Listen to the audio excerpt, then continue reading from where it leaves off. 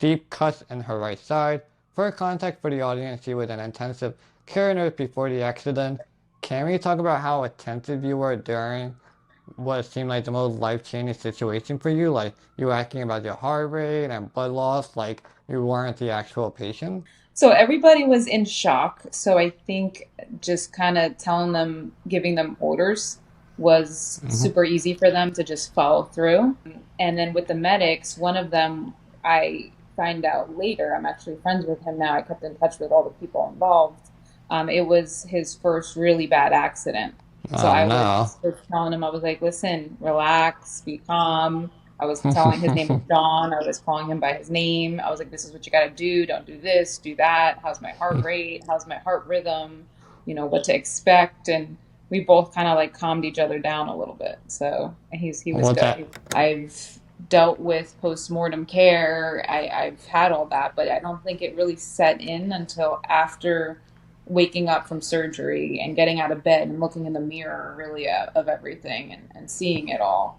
And it's strange because a couple years after I'm still in touch with the surgeon that received me on call that night and that did the surgery. And he actually sent me a picture of what it looked like, how he received me. And Huh. it's very hard to look at because I just can't believe that my body was in that state at that time. And right now I'm pretty fully healed up.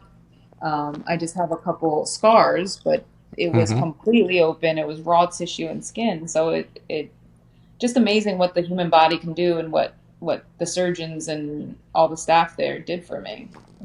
But there is a sense of, I think grief takes on a whole life of its own and happens for so long. And so much of my life was affected by it. My career, I Hmm. changed my job, all my relationships in my life, and I think grief carries over for endless amounts of years. And sometimes I don't even realize that I'm still grieving that kind of loss because like loss is loss, pain is pain. It's even though other people have had different types of losses, the feeling is still mutual. So I think it's very Hmm. relatable to a lot of people. Because somebody asked me a couple years ago if I would change my life, and obviously people would expect me to say, absolutely, I wish this never happened. But because of this one thing, I've had so many amazing opportunities, not just like for me and to be in the terms of advocacy, but in terms of meeting people in this community. I feel like I was so supported and welcomed into this community of people that are different, and it was amazing. So I honestly don't know if I would go and change what happened. It's just I've done so many great things and met so many good people that it's hard to think what my life would have been without the accident. It obviously would have been different, but Do you feel like you're the same person as before to now, or do you feel like you changed a lot? I think I've changed a lot. I think anybody that had to endure that and start back at the beginning to learn how to write with I was right hand dominant, so now I had to learn to write with my left. I had to learn everything over again, and it was a long journey. So I feel like I have changed, but like I said, I feel like I've learned grace. I've learned a lot of patience with myself. I've learned to be really kind with myself and just acceptance and absorption of what happened, and then just being so open about my story and sharing with it publicly. So, like, what do you think is the hardest activity you had to relearn using your left hand? So, I mean, handwriting definitely took a long time. It took maybe about 6 months to a year to really make it look legible. That was a pretty hard task. Driving was very easy for me. A lot of people drive one hand anyway. Getting dressed, sometimes certain things can be a challenge to get into, which is why I'm involved in gamut and adaptive fashion. I don't write anymore. When we were all in school, we would write so much, and like now when I write more than like two sentences, my hand gets tired because we haven't wrote in a long time, and it's like, and then it's hard to believe I used to write like pages and pages of stuff like nonchalantly, and now I can barely write like a postcard without like taking a break halfway through. Crazy. Same. My hand gets very tired. It gets very overused. If I'm texting too much, my hand hurts. I have to be Mm-hmm. careful with it. So, To get about 10 surgeries done since I believe your right side was severely cut, and I think mhm, your boob was cut off, and like your mhm. thighs were deeply cut into it. So like, while I think you have great style. Like, do you feel beautiful, or are you still self-conscious about your body? For the most part, I do feel beautiful. I still work really hard. I had a lot of bad posture issues after with the one arm. So I had to do a lot. I have to do a lot of working out, going to the gym, and just making it my job to work on my body just because that pain, I still suffer from a lot of pain, phantom limb Mm-hmm. pain. So I still do feel beautiful. I very much, but just like anybody else, I think it wouldn't be any more so than the regular person. We all have our days when we're just not feeling great or looking great. That one of the first things I thought about was putting on a bra. So I remember the Yeah. first time I actually went to Victoria's Secret after the accident. I was so overwhelmed, and this woman, I'll never forget, her name is Margarita. I think Margarita, and she was in New Jersey in Victoria's Secret, and she's like, "Baby, come in, we're gonna figure this out." And she was just so helpful and just so graceful and just found like a front closure bra for me. And that's what we jumped into. That's what worked. So I remember being with my occupational therapist, and she was telling me, like, Kristina, we should really write to Victoria's Secret and talk to them about a magnetic front closure bra. I think Mm-hmm. that's what the world needs. And we would joke about it and laugh about it. And I think she made sent an email or two or a letter. And the fact that speed up a couple years later that I'm actually doing this and was involved in this is just Mm-hmm. mind blowing. Hello, welcome to my podcast, Tim White Fun Joe Suits. I am Joe Suits, and I would be giving advice to Kristina. 7 years ago, Kristina's life went underwater when she was sucked into a boat, and her arm was cut off completely, deep cuts in her right side. For context for the audience, she was an intensive care nurse before the accident. Can we talk about how attentive you were during what seemed like the most life-changing situation for you? Like, you were asking about your heart rate and blood loss, like you weren't the actual patient?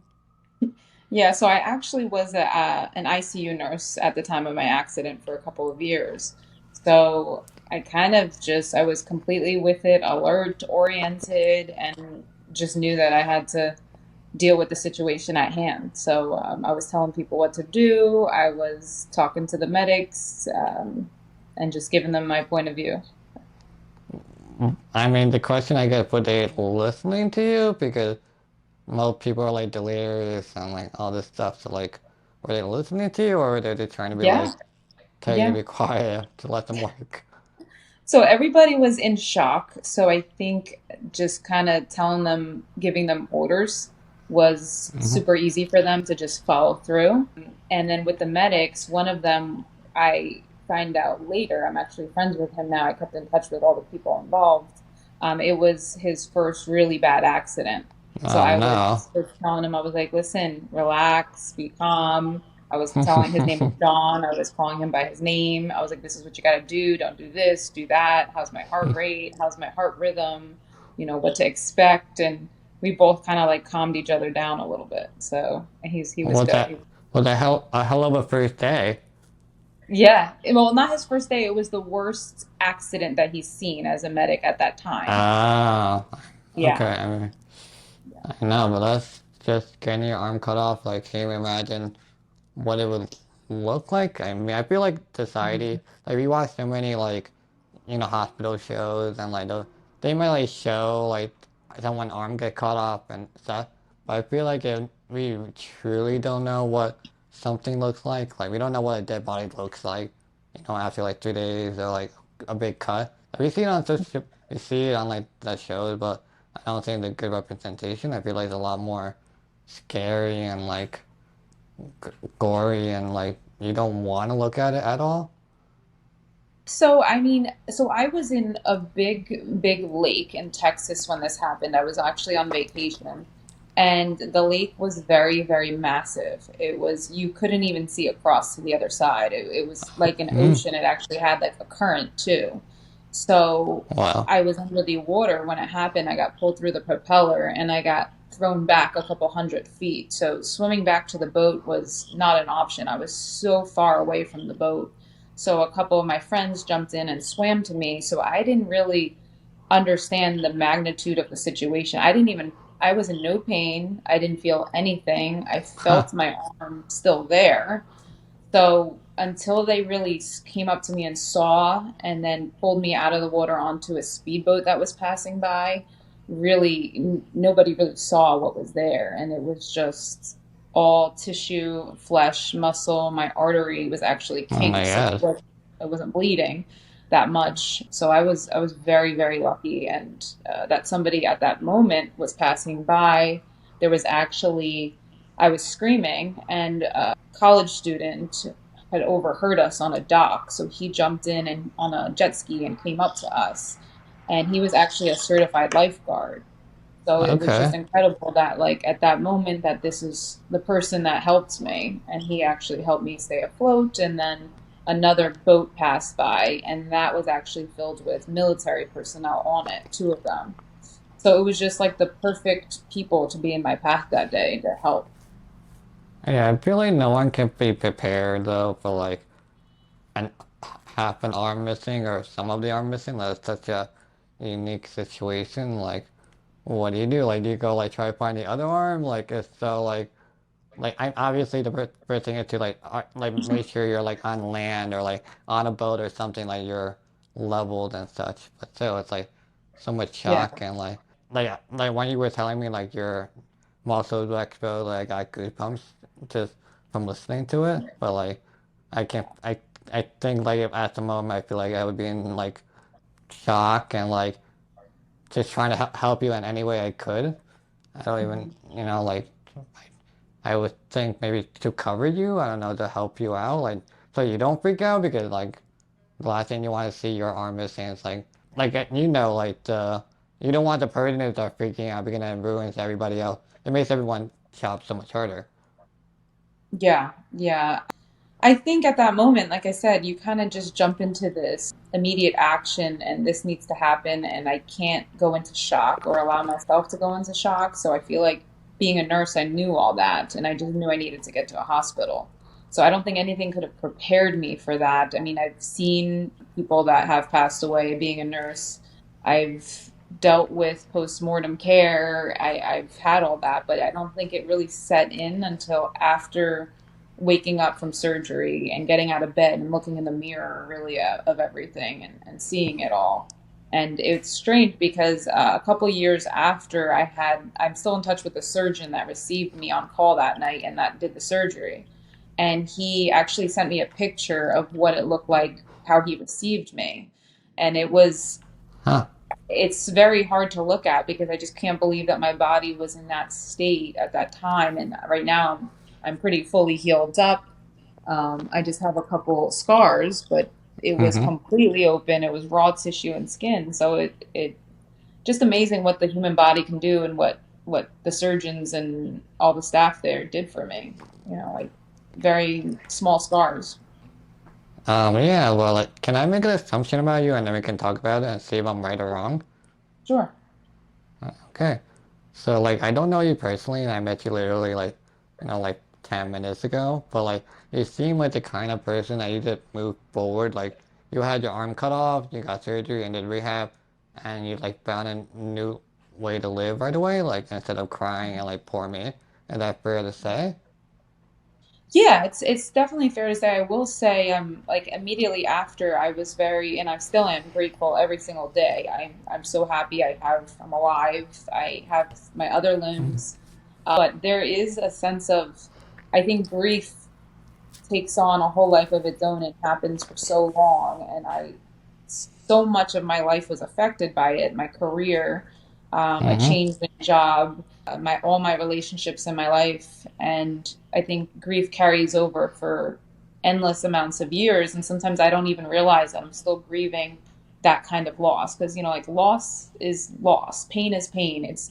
even though other people have had different types of losses, the feeling is still mutual. So I think it's very Mhm. relatable to a lot of people. So the grief definitely is experienced by me, in different ways at different times, even though it's years later, Yeah, so if that let's makes talk about sense. let's talk about relationships a little bit. 'Cause I know like you were recently married and then you got the accident. So is it safe to say you're Mhm. still married to the same guy? Yep. So I'm still married to the same guy. He was very, very supportive. I mean, no matter how much you know somebody, I think something like this can change Yeah. a Yeah, lot. you were really testing your Not vows. Yeah, like not even just physically, but now he became at that point something like a caretaker. So Yeah. that shift in position really affected. I mean, he was more than willing to jump into that position, and he still is part of that position. But Yeah. it was hard for me to accept him being my caretaker because I'm very independent. I want to do Mhm. everything myself, and there was Mhm. so much that I found that I have to rely on somebody else for, which made it really Mm. hard. Where you're like So yeah. where you're inside like screaming to be independent throughout the whole healing Yeah, process. absolutely. Yeah, like I wanted to, like, as a woman, right? You want to do your own hair and you want to cook on your own and do certain things Mhm. and not have to rely on not just him, but anybody, like opening a jar up, doing little things. Sometimes I can't physically do it. Like hang up a picture, you need two hands. Like there's certain things that you absolutely need two hands for. And, I've worked my way around doing a lot of things, but just allowing somebody to do something for me was really hard for me. And I think that's the challenge that we had of me accepting I mean, to be fair, a lot of people can open jars sometimes too. that. That's true. Like everyone had that jar where like they just can't open for the life of them. So you're like you're Uh, not the only one. Even if you had two hands, it's difficult sometimes. it is. That is actually a good point. Yeah, I mean, I think all my relationship chains, my best friend, my other friends, Hmm. my mom, again, it's just some people handle it differently. Some people are Hmm. very, suffocating and they want to make sure you're okay, and other people are just try to make it seem as if nothing has changed when we have to be realistic. Like something's changed and we kind of have to deal with it. So Yeah, you don't wasn't seem like easy for sure. yeah, you don't seem like the type of person that like wants to cry and like think about things. They kind of want to like move forward with life and it's like continue with life and like just go on make new plans and just like make the most of it. Yeah, I mean, it's strange because somebody asked me a couple years ago if I would change my life, and obviously people would expect me to say, absolutely, I wish this never happened. But because of this one thing, I've had so many amazing opportunities, not just like for me and to be in the terms of advocacy, but in terms of meeting people in this community. I feel like I was so supported and welcomed into this community of people that are different, and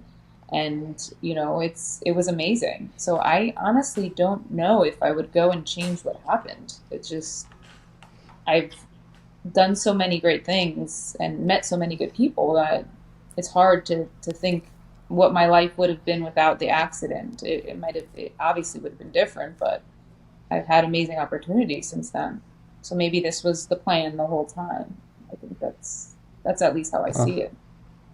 I mean, whatever you think is like that would help you get to life. I would like I'm the opposite. I would like totally want to be cured and like to move on with my life. I'm cool with like having enough character development and stuff. Like I Hmm. think I'll be okay. Otherwise, like I would have just found different opportunities and feel like I'd Hmm. just be happier in a normal body. Like I don't need a Hmm. life changing anything, but like hey, like we have differences. I have met people on both sides that Hmm. wouldn't change anything, and then there are people that would have changed everything. So it's cool to Yeah. hear a different perspective of it. Yeah, yeah. I mean, I would definitely have to think about it, but it has given me, I really had to find grace in my life a lot more. And it was not always easy. And I have cried for sure. I mean, and Mm-hmm. not necessarily because of this disability, but of how mad I was at my body that I couldn't do certain things Mm-hmm. and just adapting to my new normal. And that was challenging. I remember me and my husband was trying to do my hair, and we would always end up with me throwing the brush across the room and getting upset because I lost so much control. But yeah, there are times when it's sad and people say some people, at least from my experience, have been wonderful for the most part, very supportive. People have come up to me in the public and said beautiful things to me. And some people, unfortunately, have said some horrible things to me. And that was a hard pill to swallow. You know, people kind of think that they can come up to you and have this open conversation with you about something so personal and be very hurtful. And I don't think anything could have prepared me for that. You know, there were so many things people came up to me and said and thought they had the right to say. And, you know, it was very cruel and it made me question a lot. But, you know, and some of them were harder to get past than others. And yeah, of course I've cried because it just makes me sad with the state of the world when somebody does that and think that they can do that. Is it? You know? Yeah, just to go back a little, a big mistake you had was asking your man to do your hair because that's never ever gonna end well. Ever. That's so Like, true. I don't even know why you tried, but hey, kudos for you for trying, I guess. He's good about it too. He actually, right after the accident, one of his coworkers, so sweet, she gave him a gift certificate to have a hairdresser come to our house and teach Oh, him how to do my hair. So oh, we learned a little bit of that, and mm, everybody, like my hairdresser, taught him a couple things, and you know, so and now we have different things that can hold my hair drier, or I've taught him how mm, to use a wand and do certain styles, and wow. he's it was a lot Yeah, to I can learn. just imagine like all the women viewers are trying to find your husband and trying to slide into DMs. Yeah, yeah. I mean, I've it's weird. I've still gotten hit on with one arm. It happens, you know, And yeah, and of course. It just seems like you're surrounded by people that love you a lot and want to like support you and like just help you become you or just do what you need to do. Like you're still the same person. Like do you feel like you're the same person as before to now, or do you feel like you changed a lot?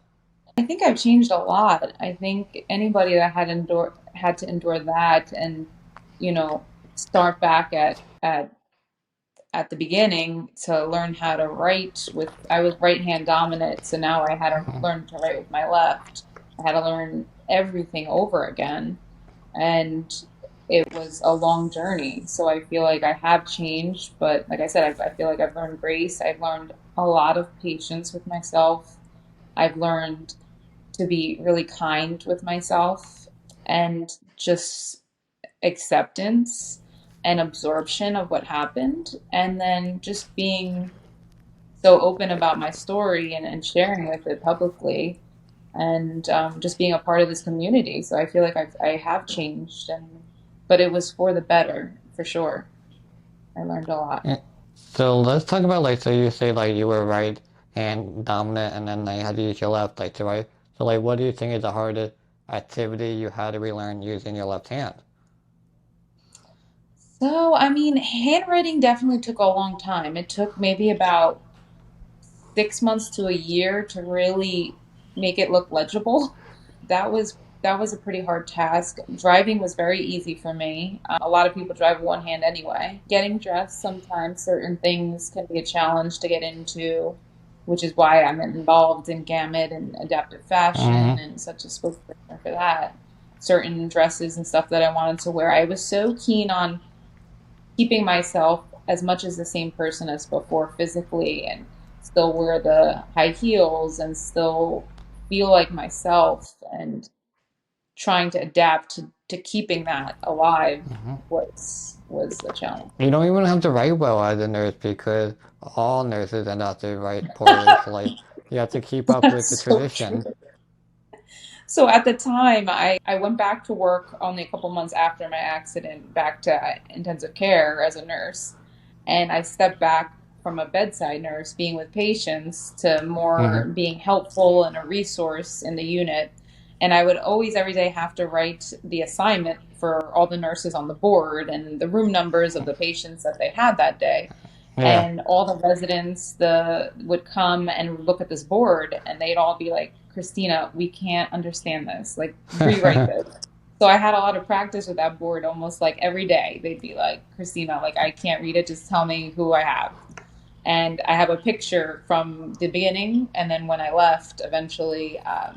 And it just was just amazing how much better I got to write Hmm. from that board, you know? Yeah. I'm just like surprised anyone that writes anymore because like who writes anymore? Like why do you need to write anything? Like, you know? Actually true. That's a good point. Especially on like a board like with numbers too. My numbers change and how I write numbers. So Mm-hmm. it was and you know like it would be annoying when I go to like a doctor's office and they hand me all this paper and be like, "Oh, fill out this and come back." And I'd be like, "Oh my God, I can't do this. Like I can't Yeah. physically You need do you it." need It would iPads. take, yeah, it would take me like an hour. And they'd be like, "Are you done?" I'm like, "No, I'm still on the first page." So, or like at a restaurant, they'll be like, "Just write your name down and we'll call you up." And when, when there's a table, and I'm like, "Oh, I have to write something now." So it was pain in the butt. I don't write anymore. When we were all in school, we would write so much. And like now when I write more than like two sentences, my hand gets tired because, we haven't wrote in a long time and it's like and then it's hard to believe I used to write like pages and pages of stuff like nonchalantly and now I can barely write like a postcard without like taking a break halfway through. Crazy. Same, same. My hand gets very tired. It gets very overused. If I'm texting too much, my hand hurts. I have to be Hmm. careful with it. So I try to not use my phone a lot because of that. Yeah, So, kudos showing up to write anymore, so that's awesome. So let's talk about self-esteem. Like we talked about it before the interview, but we have to get it on camera or it doesn't count. So I have here that you had to get about 10 surgeries done since I believe your right side was severely cut, and I think your boob was cut off, and like your thighs mhm. were deeply cut into it. So like, while I think you have great style, like, do you feel beautiful or are you still self-conscious about your body? For the most part, I do feel beautiful. I still work really hard. I had a lot of bad posture issues after with the one arm. So I had to do a lot. I have to do a lot of working out, going to the gym, and just making it my job to work on my body just because that pain, I still suffer from a lot of pain, phantom limb Mm-hmm. pain. So I still do feel beautiful. I very much, but just like anybody else, I think it wouldn't be any more so than the regular person. We all have our days when we're just not feeling great or looking great. So yeah, there definitely are times when I feel self-conscious. If there's a big group of people, I experienced panic attacks right after, maybe like a year after the accident, and I had a lot of PTSD. So I worked with a PTSD therapist. I've done EMDR therapy for post traumatic stress. So I feel really equipped to deal with it now, way better than before. Mm-hmm. But I still like some things I just won't put myself in that situation. If there's a big party or there's something that I'm feeling self conscious about, I try to not put myself in that as much as I can, but not limit myself either if there's something I really want to do. So I have little kind of ways to just allow myself to not feel that anxiety. For the audience, we are filming now, like September 8th, and next week we're gonna be doing a runway model, but this episode won't drop till like April or so. But like, please don't tell me you're gonna be doing Victoria's Secret because that could be totally out of your comfort zone, basically, right? Yeah, so I will be wearing Victoria's Secret. We have a Oh big my God, rollout. there you go. Yeah, so we're really excited about it. We've been working on this, I mean, years. So we're excited on this. But I did ask them what I would be wearing because the last time when I did it, I was wearing Tommy Hilfiger. And that was fun. And they said, "Oh no, you're absolutely gonna just be in a bra and underwear on stage." And Mm. I had to mentally prepare these past couple of weeks. I'm hoping they'll give me something else. But you know what? I worked on this. So you We haven't worked hard seen on it. what you're wearing yet. No, they did tell me bra and panties, but I'm hoping there's Yeah, well something. that could be almost anything though. I know. I was like, you know what? If it's a pair of angel wings, I won't mind at all. But I I'm excited, but nervous too. But more so just 1,000 people looking at you in a bra and underwear. But again, we're gonna do it. And I know Victoria's Secret team worked so hard on this, and I Yeah. want to make them proud. So hey, if it's me doing this, let's just do it, you know? I mean, your So husband, of course, is gonna love it. But yeah, it's gonna be a little weird. It's it gonna is be a gonna. little weird just because there are gonna be kids in it too, and you know, I mean, I'm sure you'll be covered till like, you get out, but it can be like you're gonna be walking around kids in bra and underwear. It could be kind of No, like I know. it could. I know it's like professional, but it's also like I'm sure you're gonna feel like out of place, you know, too. I absolutely agree. And they were like, well, it's just like swimwear. And I'm like, but it's not, like this It's is a bra and sexy. underwear. Especially Victoria's Secret is like sexy stuff. So like, yeah, totally. I'm curious if everyone was like, I know everyone's like excited for Victoria's Secret, but like at the same time, I know they're wanting to be in a bra and panty on a stage in front of. So I did wonder if like everyone's like okay with that. I think no one said no, but like I feel like there has to be one no. Like not everyone can like just be half naked on a runway. Yeah, I mean the culture of everything right now is like inclusion and diversity. So I feel Yeah, like I agree with you to an extent, but on the other side, it's just about sharing yeah. what's different. And Well, Victoria's Secret did that and listened to us and embraced these changes. And I think it's like they say, the revolution is upon us, and it's about inclusion right now, and yeah, I that's did the wonder if it highest. was hard to find models that would want to do that too. But not everyone is like, like my photos, for example. It's not like everyone would do that to me. Like, so I might have to run down the runway if someone says no for some reason. Just put me out there. I don't know why, but yeah, like not everyone is that comfortable exposing themselves too. And I also know, I don't know if you have scars now too, but Mhm. like you're also, it's like easy to be like in a bikini or a bathing suit, like on a beach because everyone is in a Yeah, bikini, so it's like right. the same, kind of thing. Or like maybe you took like maybe you took a picture of your bra and panty, but like you're in your home, that you're comfortable.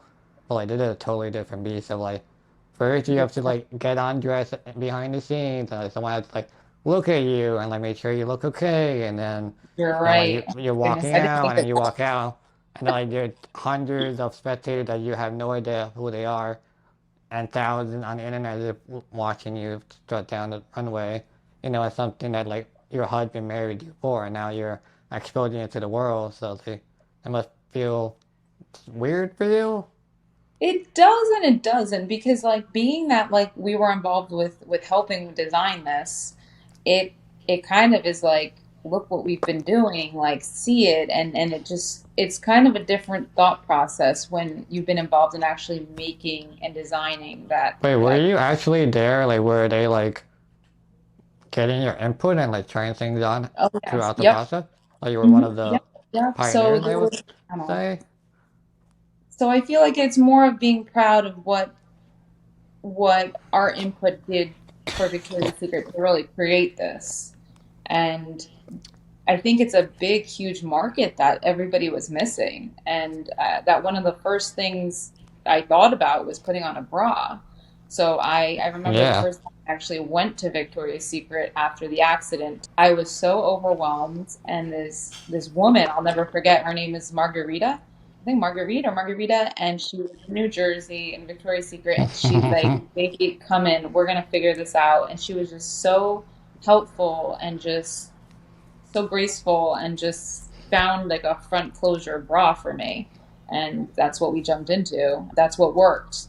So I remember being with my occupational therapist, and she was telling me, like, Christina, we should really write to Victoria's Secret and talk to them about a magnetic front closure bra. I think Mm-hmm. that's what the world needs. And we would joke about it and laugh about it. And I think she made sent an email or two or a letter. And the fact that speed up a couple of years later that I'm actually doing this and was involved in this is just Mm-hmm. mind blowing. So it's a dream that actually came true. So I'm just thankful for Victoria's Secret for So, noticing so, this group, so you was the know? answer to the bra problem really just putting magnets in there, or there like something different to it that I just not aware of? Yeah. So it is a magnet. It's lightweight magnet, but it can hold a lot of with like twisting and turning. So there's just a lot of little pieces that go into play with it that is helpful for an adaptive person, such as even the packaging. When you receive it in the mail, for me, some packages I can't even physically open. They're so wrapped Mm-hmm. up and stuff. So I have to wait for my husband. But with this, even the packaging is geared toward an adaptive person opening it, which is awesome. So every little piece, every little detail, the fabric, the tags, the adjustability, colors, everything about it is geared toward an adaptive person. So it's just Mm-hmm. we're hoping that this is just gonna sell out, and because it's even as it with two arms I would buy it because of it's just so easy and soft and it feels just so buttery Mm-hmm. against your skin, and I just love it. I wear them all the time, even the samples, and it's just great. I can't wait until the full line is released. So Yeah, I'm gonna do from the guy's perspective that we don't have to struggle anymore too. Feel like it's a win for us too, yeah, it suddenly. is a word adjusted. That's true. Yeah. Yeah, go guys. Like maybe think of us, I don't know. But hey, anything to make it easier for everyone that I'm all for. Yeah, that'll That's be really yeah. It's just like the weird it's just a very weird line because like okay, I can understand like you walking down the runway, it's like fine, I totally get it, but it's a very like personal thing because like in order to show it you have to like kinda get naked to show it, if that makes sense. Like obviously you gotta show your boobs. I guess you could wear like nipple pasties to help, but like it's like that's something that everyone would want to do, you know. So it's like, very hard to like show, if that makes sense. You know, like you're yeah. not gonna be like you're not like gonna open your bra on stage and like close it to show it's magnetic, you know. Like maybe you'll have to Yeah. like point to it as magnetic or something. You know, it's like I mean, they it. might do like a video. I mean, I don't know how Mindy's gonna spin it or how Runway of Dreams is Mm-hmm. gonna spin it for just the opening for next week. But Yeah. I think I won't be opening it. I don't even know as far as the displays how that's gonna look and Mm-hmm. what it's gonna say, and or maybe it's gonna be a video of people showing it or what. But it's gonna be out there next month, so I can't wait. This has been so long in the making, and Yeah. it works. It really does. It's not just something gimmicky, or it actually is the Mm-hmm. easiest bra to put on and so advanced and just doesn't look like a medical bra. It looks sexy. And that's what a woman, a middle-aged woman wants to feel with, even like lingerie. When I got back after my accident, I couldn't put on anything. So Mm-hmm. hoping that Victoria's Secret sees the sales of this and maybe hopes to pick up, lingerie in the future. But I think that would be great because, like, why are there all these fasteners and all these things? Like, that's too hard for a two-arm person. So I just I, think you got to keep it simple. yeah, I talked to I actually interviewed Mindy too, and she was excited about Victoria's Secret. I think it was around the time that I think they were working together for like a year or two, but like Hmm. is it recently they like announced that they were working together and like they're gonna release a product. So I think they've been working for a long time on this and seems a very well thought out process of it. Not like oh Hmm. we're just gonna create something and hope it works, you know, or just like a PR move. It seems like they're yeah, of course the PR like fine their business they have to make money, but it seems like they actually want to like they took the time to talk to you and like I'm sure other people like what do you need like what would make it better. So like I think a great point you made with like the accessible packaging because what good is the product if you can't even open it? You know, that's Absolutely. a big thing. Yeah, so I think it's not gonna benefit me at all that much. So like, not, but it's cool that they're working on it because most women do wear bras, and it seems like it's such a wide issue. And even I'm sure there are people that have two hands would rather buy that bra just because it would just be so much easier to put on. Like it seems like a bitch sometimes to put on.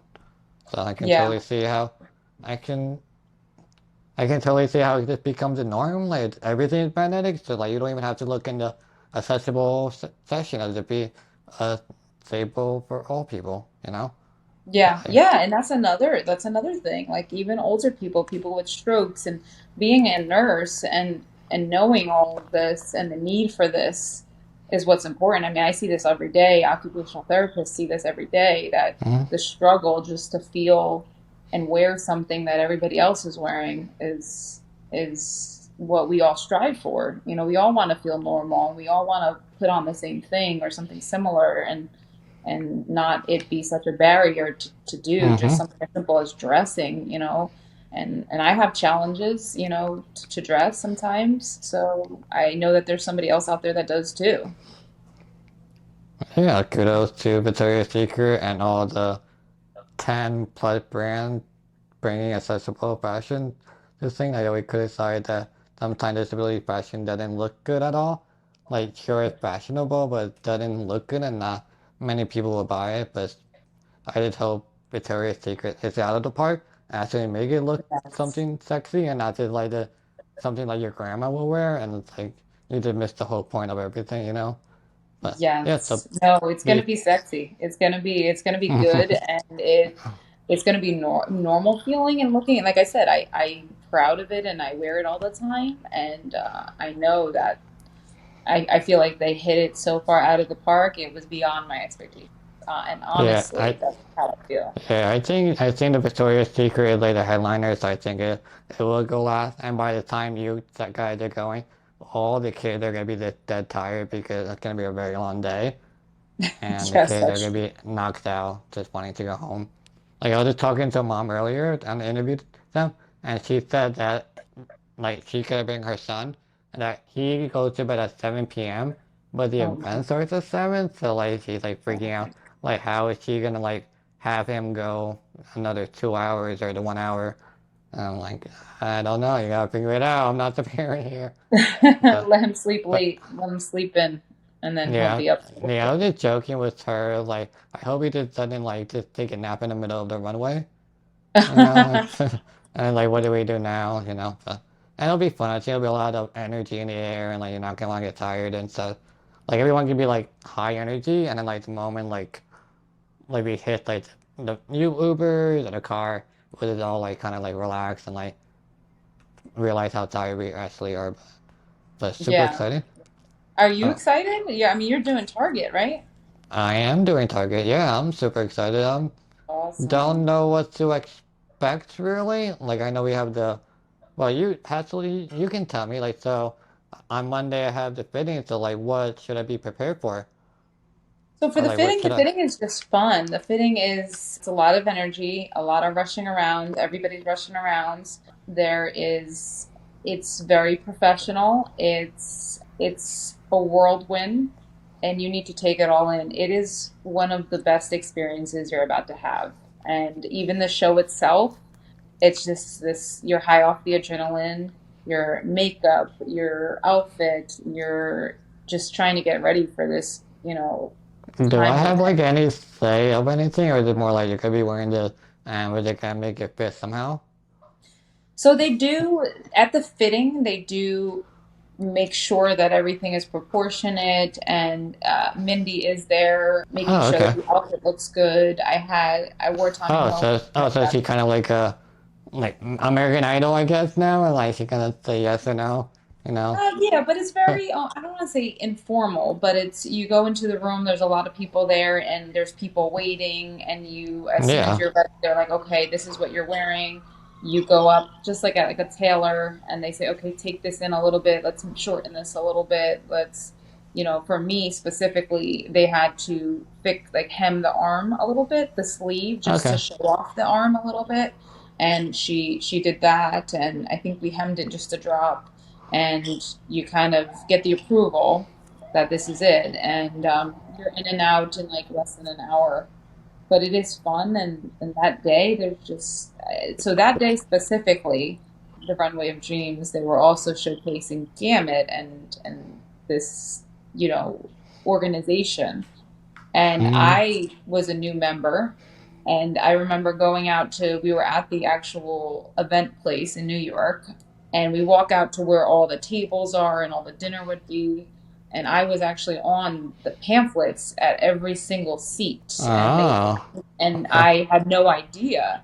And they were like, no, Oh. no, no, you're on like all the pamphlets. So it was very strange and overwhelming and amazing, but it was like my face. You kind of get a little taken back by it because it's so much fun and it's just an experience to remember. And my mom came, my husband came, and she was just so proud, and everybody's just so proud and open about this inclusive community. And honestly, you feel so at home in the midst of all of that. So definitely like stop for a minute, take it all in, like look around and just feel it because it goes so fast and you just Mm. feel so celebrated, you know? And I think that's Yeah, yeah, I'm it's just super excited. I mean, I'm kind of used to the spotlight, so that I hit me as much.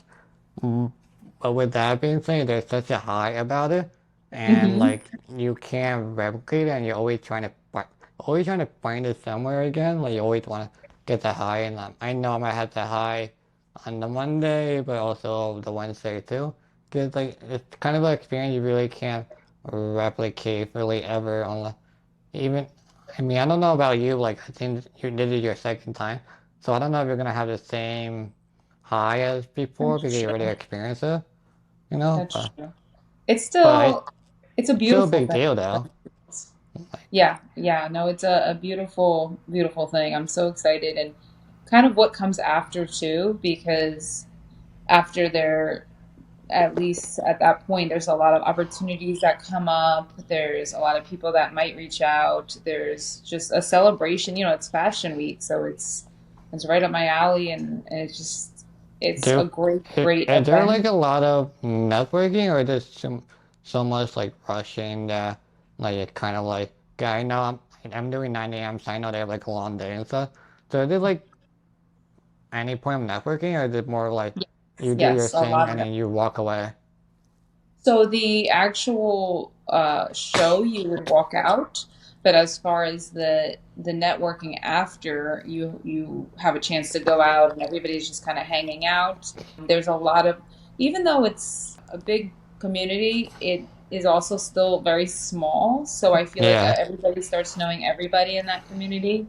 And you kind of touch base with people that you've seen before, that you've met before, or meeting for the first time, or people that you've seen in movies and things like that. And it is a networking thing. And it just feels, like I said, like right at home, you guys all Mm-hmm. share, we all share this, I almost feel like it's like a secret or something like that, that we're a part of this group, Yeah. and everything's very relatable and it just feels good. And it was one of the first few times that I really felt at home and just, felt like there was a really good place for me. Yeah, I have So, a question. So like on the day of the runway show, I like they say like this is a very long day, and I feel like is it true that I feel like it'll just be a day where a lot doesn't happen, and you're just kind of waiting for direction, and that's fair to say.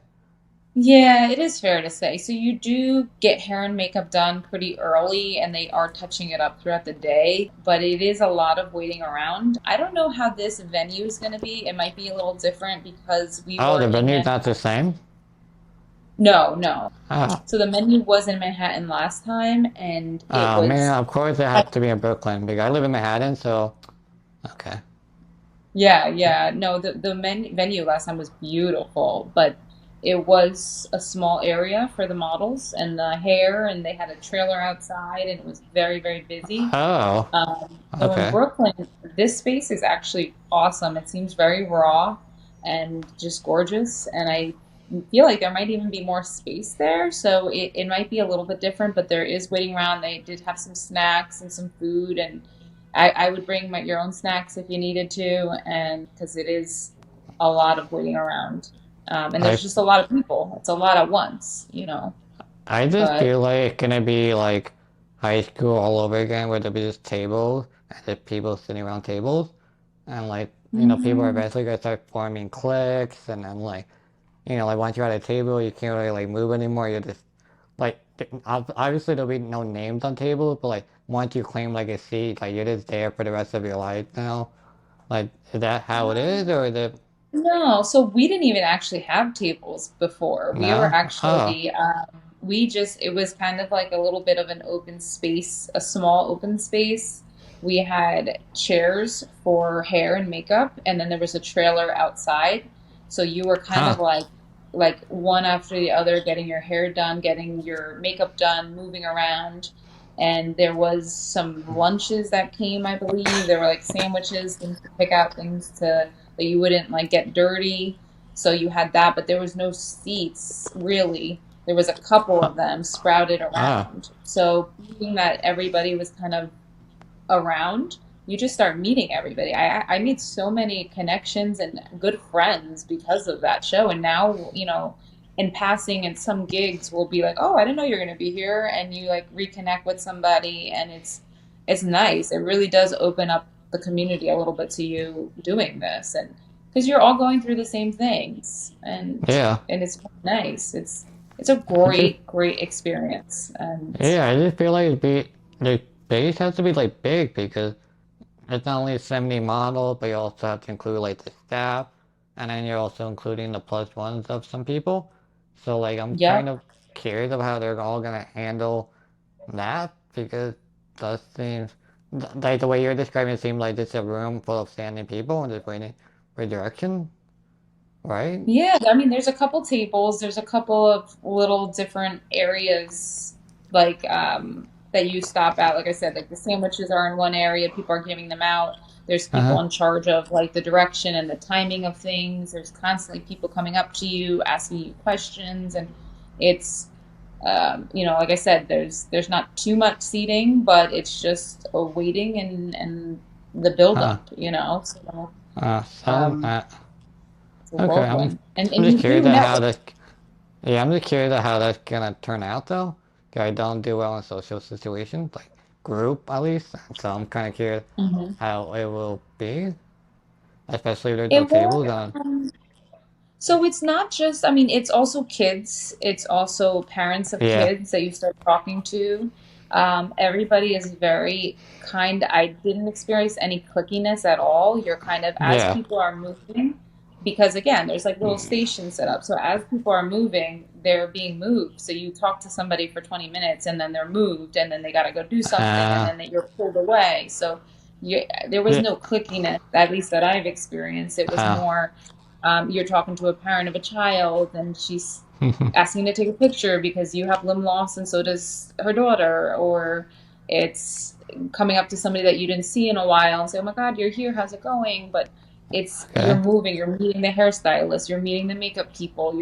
There's music. There's like it's just very fast paced, and it allows you to kind okay. of meet people here and there, and then make these connections and take pictures and just it's Do they really separate? fun.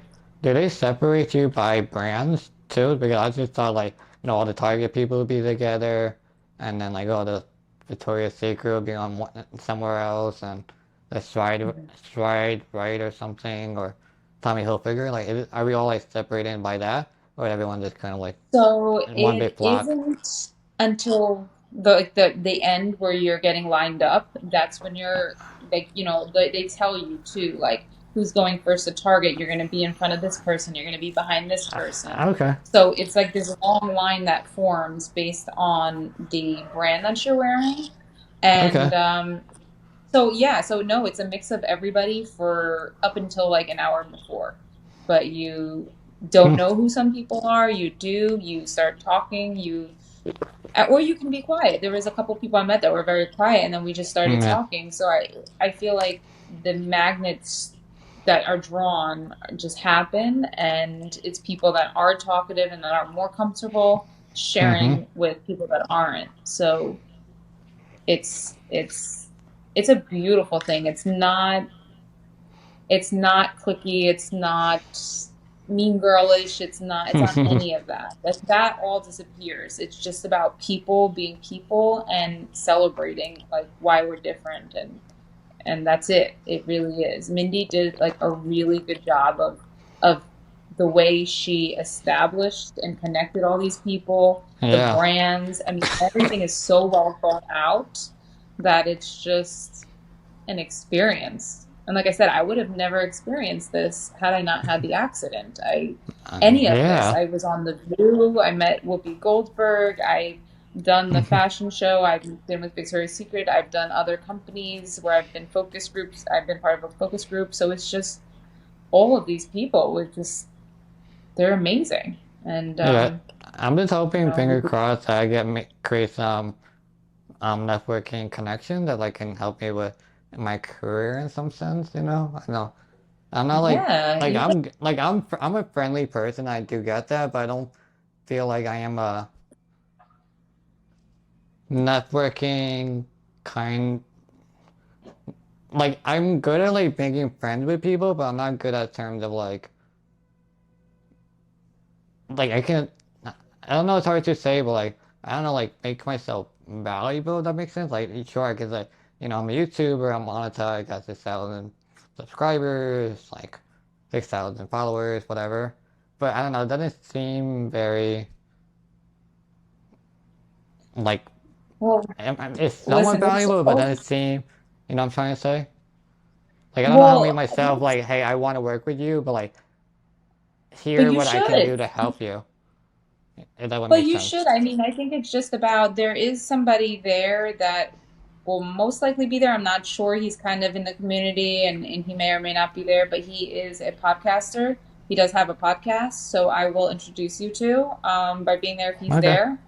But you will meet. Like when I was there, Yeah. I had people younger than me that wrote a book, was on Ellen, was did all these Hmm. crazy things, and I'm like, oh my God, I didn't do any of that stuff.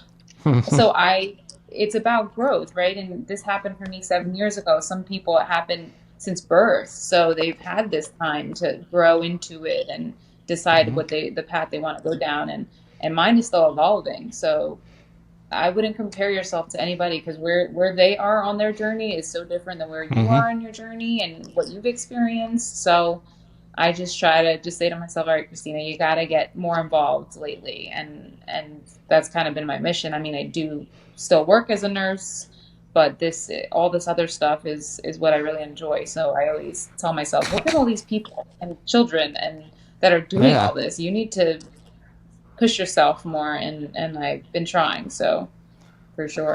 We'll see what happens. We'll witness each other's greatest moments, you know. Hopefully it'll be on film somehow. But before I take the mic away from you, is there anything you want to say? Promote any words of wisdom, the winning lottery number? The little mic is all yours. No, I just think that the more people that are educated, I'm very intrigued by your podcast. I think it's great. Thank you for inviting me on it, the first one.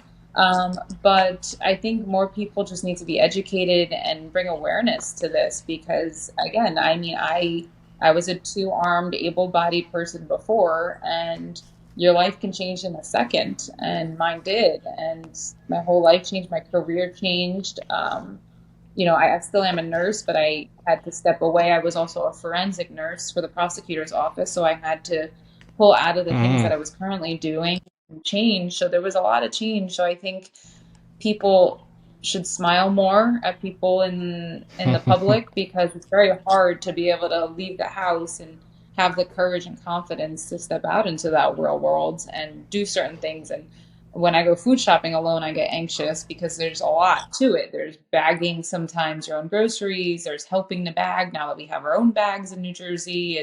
It's reaching for something, carrying the water jugs one-handed. It's there's so much that goes into it. So I just think that people really need to be kind to one another and smile more and staring I know it's curiosity, but I think it's a lot. I definitely see the stairs. I'm sure anybody that's disabled does or is different, and it can be a lot. So I think people just need to be more aware, more educated, and I'm happy that right now the culture is changing and that's what's happening.